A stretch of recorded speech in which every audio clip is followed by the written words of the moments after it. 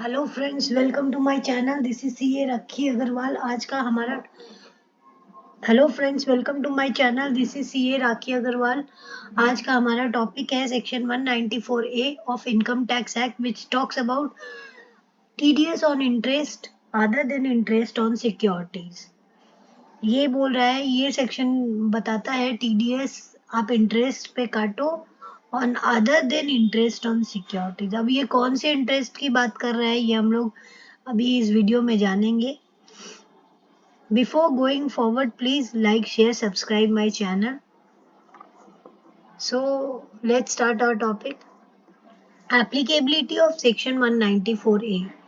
ये सेक्शन किसके ऊपर है एप्लीकेबल है? Any person not being an individual और एचयूएफ। ये इंडिविजुअल और एचयूएफ के ऊपर एप्लीकेबल नहीं है। ये रेसिडेंट पर्सन्स के ऊपर एप्लीकेबल है, लाइक कंपनी हो गई, कोई भी एओपी बीओआई कुछ भी हुआ जिन्होंने पेमेंट किया, ये पर इंडिविजुअल और एचयूएफ के ऊपर एप्लीकेबल है। ये सेक्शन एप्लीकेबल है to a company who pay to a resident. Resident कोई भी हो सकता है जिसको ये पे कर रहे हैं interest in the form of interest on fixed deposit, interest on loan, interest on recurring deposits. So any person not being an individual or HUF who is responsible, जो कि individual or HUF who is responsible for paying to a resident, कोई भी person हो जो individual और HUF को छोड़ के जो रिस्पॉन्सिबल है for paying to a resident को पे कर रहा है any income by way of interest other than income by way of interest on security. So कोई भी पर्सन हो सकता है जो पे कर रहा है। पेयर कौन है? एनी पर्सन हो सकता है, बट वो इंडिविजुअल और एचयूएफ नहीं हो सकता। वो इंडिविजुअल और एचयूएफ तभी होगा जब वो टैक्स ऑडिट के क्राइटेरिया को फुलफिल करेगा। तो ये हम लोग आगे जानेंगे। Any person not being an individual HUF who is responsible for paying to a resident को पे कर रहा है। ये सेक्शन नॉन रेसिडेंट को अगर आप पे कर रहे हो तो उस पर एप्लीकेबल नहीं होगा। नॉन रेसिडेंट को अगर आप इंटरेस्ट पे कर रहे हो तो उस पर सेक्शन 194 एप्लीकेबल नहीं होगा। 194A एप्लीकेबल जब ही होगा जब आप इंडिविजुअल, पहले तो आप इंडिविजुअल नहीं हो। पेयर कौन हो सकता है? पेयर इंडिविजुअल एचयूएफ नहीं हो सकता। Other than individual HUF pair company हो सकता है, पेयर एओपी बीओआई कुछ भी हो सकता है, पार्टनरशिप फर्म हो सकता है, लेकिन पेई जो है वो रेसिडेंट होना चाहिए। नॉन रेसिडेंट को अगर पेमेंट कर रहे हैं आप तो उस पर आप टीडीएस नहीं काटोगे under section 194A। Any income by way of interest, कोई भी अगर इनकम हो रहा है by way of interest other than interest on securities. Interest on securities के लिए अलग सेक्शन है टीडीएस काटने के लिए। ये सिर्फ उस इंटरेस्ट का बात कर रहा है other than interest on securities, like interest on loans पे अगर आप इंटरेस्ट कुछ पे कर रहे हो, अगर आपने फिक्स डिपॉजिट पे कोई इंटरेस्ट दिया है उस पे, अगर आपने रेकरिंग डिपॉजिट्स पे इंटरेस्ट दिया है तो वो सब कवर करता है इस सेक्शन में। Shall at the time of credit of such income to the account of paying or at the time of payment thereof in cash or by issue of check or by draft or by any other mode whichever is earlier deduct income tax thereon at the rate in force। जो भी rate in force है उस पे आप TDS काटिए। So ये section applicable है to not any person can deduct TDS who is responsible for paying any income by way of interest। जो इंटरेस्ट पे कर रहा है वही टीडीएस काटेगा और वो इंडिविजुअल एचयूएफ नहीं होना चाहिए। और रेसिडेंट को पे कर रहा है शैल एट द जिस टाइम वो पे करेगा to the account of the payee में और at the time of payment, अगर वो कैश में कर रहा है या चेक में कर रहा है या एनी अदर मोड में, जो भी पहले करेगा, जिस टाइम वो पहले करे उसी टाइम वो डिडक्ट करेगा। किस रेट पे? जो रेट इन फोर्स है। प्रोवाइडेड दैट इंडिविजुअल और HUF whose total sales, gross receipts or turnover from business or profession carried on by him exceed 1 crore. In case of business के case में अगर individual HUF तब काटेगा अगर उनका business कर रहे हैं तो उनका लिमिट एक्सीड होना चाहिए 1 crore in case of business और 50 lakhs in case of profession during the financial year immediately preceding the financial year in which such interest is credited or paid shall be liable. तब वो deduct करेगा. तो कब काटेगा? Provided that N individual HUF whose total sales, gross receipts or turnover from business or profession carried on by him exceed 1 crore in case of business or 50 lakhs in case of profession. अब ये limit को भी exceed कर दिया गया है from the financial year. सो अगर वो टैक्स ऑडिट के क्राइटेरिया में आता है तो इंडिविजुअल एचयूएफ भी टीडीएस काटेगा on interest paid to a resident individual shall be liable to deduct income tax thereon under this section.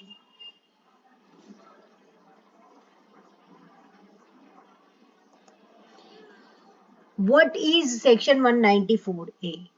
This section is applicable to resident. ये सेक्शन रेसिडेंट पे ही applicable है. Thus the provision of section 194A are not applicable in case payment of interest to non resident. अगर आप non resident को कुछ पे कर रहे हो तो उस पे सेक्शन 194A अप्लाई नहीं होगा और आपको टीडीएस इस सेक्शन में नहीं काटना है.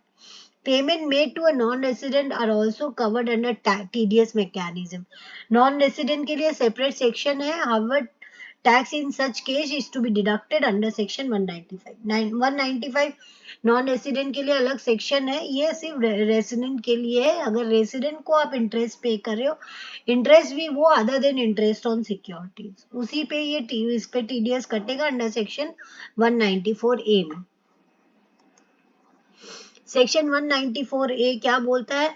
Section 194A covers the provision for TDS on interest other than interest on securities. कौन से इंटरेस्ट को कवर करता है?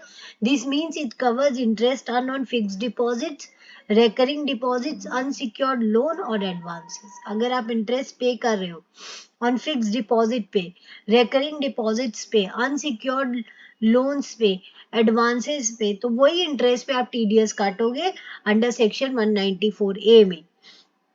Interest on other than interest on securities, मतलब कौन से इंटरेस्ट में? Interest on fix deposit, interest on recurring deposit, unsecured loan और advances. Who is liable to deduct TDS under section 194? The person who is making the payment of interest. जो person interest पे कर रहा है वही TDS काटेगा. Other than interest on securities is liable to deduct TDS if the condition mentioned for deduction in section 194A meets. Condition क्या है कि वो सामने वाला रेसिडेंट होना चाहिए और जो काट रहा है वो इंडिविजुअल एचयूएफ नहीं होना चाहिए. इंडिविजुअल एचयूएफ तभी काट सकता है जब वो बिजनेस कर रहा है तो उसका 1 करोड़ से ज्यादा लिमिट होना चाहिए और प्रोफेशन कर रहा है तो 50 लाख से ज्यादा लिमिट होना चाहिए. Is interest paid to partner deducted under section 194A? नहीं. अगर आप पार्टनर्स को कुछ पार्टनरशिप फर्म है और पार्टनर्स को इंटरेस्ट दे रहे हो तो सेक्शन 194A में नहीं कवर होता. No interest paid to partnership firm. Interest paid by partnership firm to its partner is exempt from TDS deduction according to section 194A. 194A में अगर आप इंटरेस्ट पे कर रहे हो अपने पार्टनर्स को, पार्टनरशिप फर्म अपने पार्टनर को इंटरेस्ट पे कर रहा है तो 194A में नहीं कवर होता और exempt from deduction of TDS. When TDS under section 194A is to be deducted, कब डिडक्ट होगा? In general rule, अगर the general rule is that the payer has to deduct TDS if the amount of such interest paid or credited is more than 5,000. 5,000 से ज्यादा होते ही आप TDS काटोगे. अगर आपने interest पे किया है और वो सामने वाला रेसिडेंट है और उसको 5,000 से ज्यादा का अमाउंट का इंटरेस्ट पे किया है, वो इंटरेस्ट कौन से अमाउंट का है? या तो फिक्स डिपॉजिट, रिकरिंग डिपॉजिट या लोन का इंटरेस्ट पे किया आपने और वो 5,000 से ज्यादा है, 5,000 एडवांसेस का इंटरेस्ट पे किया है तो वो 5,000 से ज्यादा होते ही आप टीडीएस काट लोगे. लेकिन but in case of pair being a bank, अगर पेयर, जो पेयर है वो बैंक है, कोऑपरेटिव सोसाइटी है, पोस्ट ऑफिस है, जो पे कर रहा है, पेयर कौन है, बैंक है, कोऑपरेटिव है और पोस्ट ऑफिस है, तब वो टीडीएस का लिमिट को एक्सटेंड कर दिया गया, इंटरेस्ट का लिमिट को एक्सटेंड कर दिया गया। उनके लिए जो TDS will be deducted only if the interest is more than 40,000। अगर बैंक पे कर रहा है, पेयर जो है, बैंक पे कर रहा है अपने कस्टमर्स को इंटरेस्ट, और वो इंटरेस्ट 40,000 तक है, तब टीडीएस नहीं कटेगा। बैंक, कोऑपरेटिव सोसाइटी और पोस्ट ऑफिस 40,000 तक कोई टीडीएस नहीं कटेगा। 40,000 से ज्यादा अगर इंटरेस्ट पे कर रहे हो आप, बैंक पे कर रहा है अपने कस्टमर्स को, तो वो टीडीएस काट के पेमेंट करेगा। और सीनियर सिटीजन के केस में 50,000 का लिमिट है। अगर bank, cooperative society, post office TDS तभी काटेगा अपने क्लाइंट्स का, अपने कस्टमर्स का, जब उनको वो इंटरेस्ट पे करेगा, और 40,000 से ज्यादा in case of normal person below senior citizen, और सीनियर सिटीजन के केस में 50,000 लिमिट है। अगर 50,000 से ज्यादा पे करेंगे in case of senior citizen interest का अमाउंट, तो टीडीएस काट के पेमेंट। सेक्शन 194 तभी को लगेगा उन पे। When does TDS under section 194A needs to be deducted? The payer or deductor shall deduct TDS if the amount of such interest paid or credited or is likely to be paid or credited in a financial year exceed 40,000। 40,000 exceed होगा, यही वाला बात है कि 40,000 exceed होगा when the pair is, जब pair banking company है, cooperative society है, पोस्ट ऑफिस है, तब 40,000 का लिमिट है। इन एनी अदर केस 5,000 से ज्यादा होते ही टीडीएस का एप्लीकेशन हो जाएगा under section 194A। From financial year 18-19 onwards, TDS will be deducted on interest earned up to 50,000। Senior citizen के लिए 50,000 का इंटरेस्ट, द इंटरेस्ट अमाउंट, जब वो सीनियर सिटीजन इंटरेस्ट रिसीव करेगा, किससे, डिपॉजिट, अगर वो कुछ डिपॉजिट किया बैंक से, deposit with post office, fix deposit scheme में, रिकरिंग डिपॉजिट स्कीम में, अगर उनको कुछ इंटरेस्ट मिल रहा है, वो 50,000 से ज्यादा है, तो उस पर 194 अप्लाई हो जाएगा, 194 ए अप्लाई हो जाएगा और टीडीएस उस पर कटेगा। What is the rate of TDS? Applicable rate in, if PAN is furnished 10%, if PAN is not furnished 20%, and no surcharge education cess or higher education cess shall be added to the above rate. Hence tax will be deducted at source at a base rate। जो भी rate है उस पर कोई surcharge, education cess कुछ नहीं लगेगा, directly 10%। अगर आपने पैन फर्निश किया है तो, नहीं फर्निश किया है तो 20%। However, lower TDS certificate or nil TDS certificate under section 197 can be issued under this section if condition satisfied। TDS is deducted if form 15G। TDS आप लोअर डिडक्शन के case में TDS अगर आपका basic exemption limit से कम है और आपको पता है कि आपका इनकम ही नहीं है, तो आप एक डिक्लेरेशन सबमिट कर दीजिए टू द पेयर कि आप मेरा TDS मत काटिए, TDS, और वो in the form 15G in case of normal person below 60 years, and senior citizen के केस में 15H को आपको सबमिट करना पड़ेगा इन ऑर्डर टू डिक्लेयर करना पड़ेगा कि आप मेरा TDS मत काटिए because my income is below exemption limit. What is the time limit for depositing TDS? In general cases, TDS during the month of April to February। अगर आपका TDS आपने काटा है या काटा है during the month of from April to February, it should be deposited on or before 7th of the next month. April से फरवरी तक 7th of the following month में आपको जमा करना पड़ेगा, और in the month of March का अगर आपने डिडक्ट किया है तो आपको डिपॉजिट करना पड़ेगा on or before 30th April. Example है टैक्स डिडक्टेड ऑन 25th अप्रैल। अगर आपने 25th अप्रैल को टैक्स डिडक्ट किया है, TDS काटा है, it should be deposited on or before 7th of the May, मतलब 7th of the following month, तो अप्रैल का following month 7th of the May हो गया। एंड अगर आपने 15th ऑफ द मार्च में TDS काटा है तो it should be deposited on or before 30th April. Is interest from saving bank subject to TDS under section 194A? नहीं, saving account पे टीडीएस नहीं कटता अंडर सेक्शन 194A में। अगर सेविंग अकाउंट है आपका, उस पे इंटरेस्ट मिल रहा है आपको तो उस पे टीडीएस नहीं कटेगा। No, only fix deposit and recurring deposit interest will be covered under this limit. Interest on saving bank account is exempt from TDS rules. Now, which interest income are not covered under section 194A? There are exceptions to these rules of TDS, which means in certain scenario no TDS will be deducted from interest income. Certain scenarios है जहाँ पे exemption है, अगर आपका interest income आ भी रहा है तो टीडीएस नहीं कटेगा। कौन सा सिनेरियो?